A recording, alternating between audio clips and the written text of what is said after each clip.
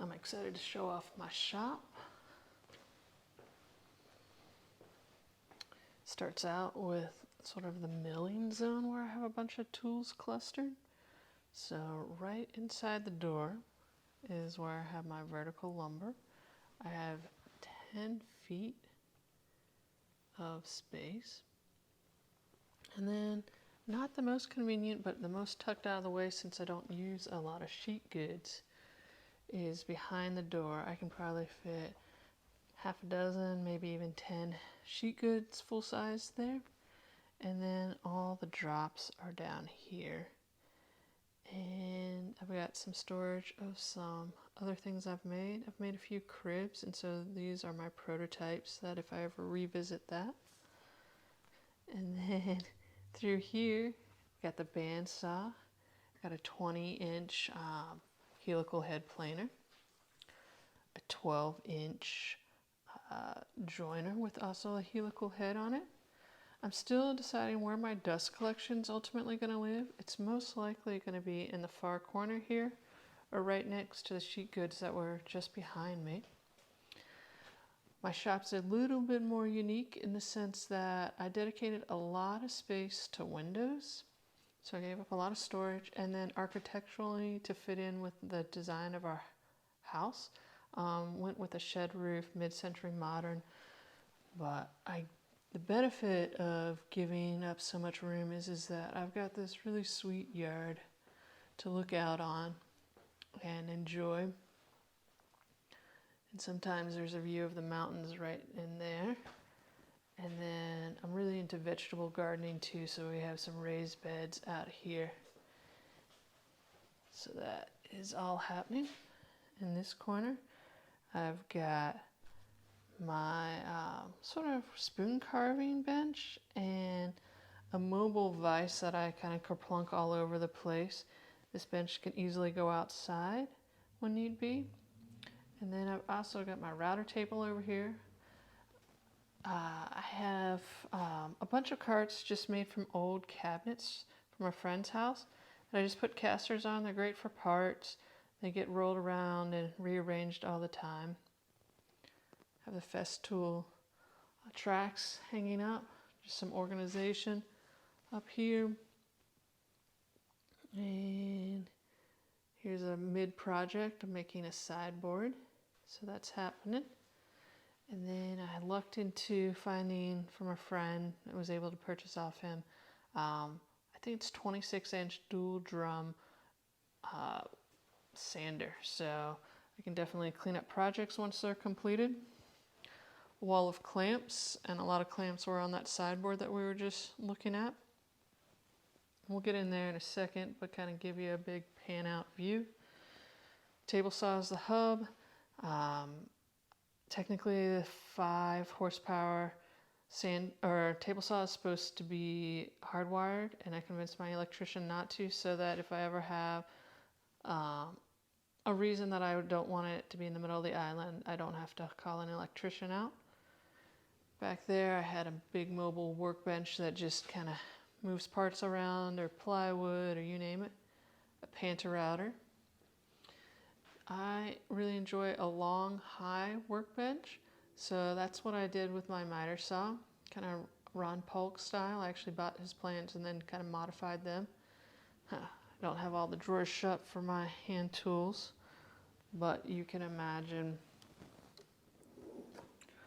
just where all the hand tools might go. Chisels, measuring, marking, small things that just need organizing in a shop. Nice torsion box here. It's a really flat reference surface for glue ups.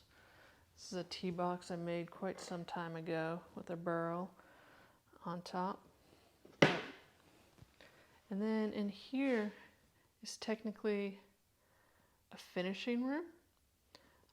When being built out, it was always called the storage room. I do have a light commercial use exhaust fan in the ceiling, and so that's sweet, so I can get air out of here. It's not for flammable, so I'm not spraying anything flammable.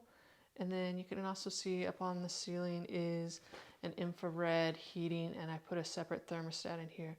So I've done a number of kayaks, and so having a clean room to do all your epoxy and spar varnish is really nice.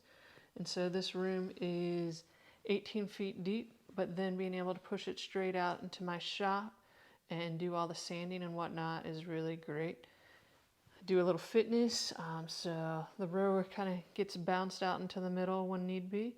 I have a future project, a big bed, and then any good shop will have lots of boxes just kind of stored off to the side. Who knows what you might need, but quality boxes. A lot of decorative wood that I eventually hope to make some neat lamps out of. I've yet to play with this new toy that I've got, but a laser engraver. And then I've got a stack of Kumiko frames and things that I'm working on in that plastic.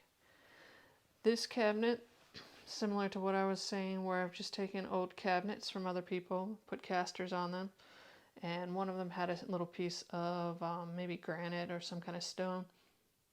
So that's what I turned into my sharpening station. And then they had another small cabinet that I just literally screwed to it to make this not, or make it stable. And so the other side is all my leather working. I enjoy doing quite a bit of leather working. Here is one of my major projects that I made under the help of Jason Thigpen and Sarah in a class. But this big work table here is 8 feet long. And it gives me a chance to roll out a full piece of hide. It's also a great finishing workbench. So I enjoy this quite a bit. All of this stuff is easy to rearrange because everything's on casters up high. I have a flammables closet, just a peace of mind. Little things in here. I have smoke detectors and carbon monoxide. And then I think throughout the shop I've got at least 3 or 4 fire extinguishers. So that includes out in the garage as well. And then just one final view of it all.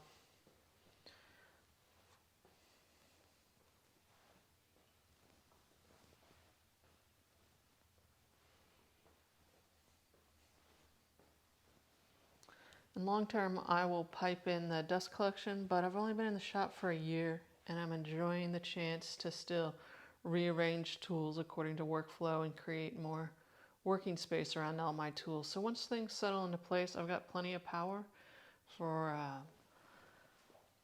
putting that dust collector in place, and I've got a lot of power in there, and of course the first aid kit. Eventually I can imagine maybe having either somebody I work with in the space or being able to teach a small class, maybe 2 or 3 people at a time can come out to the shop and enjoy it with me and learn some skills.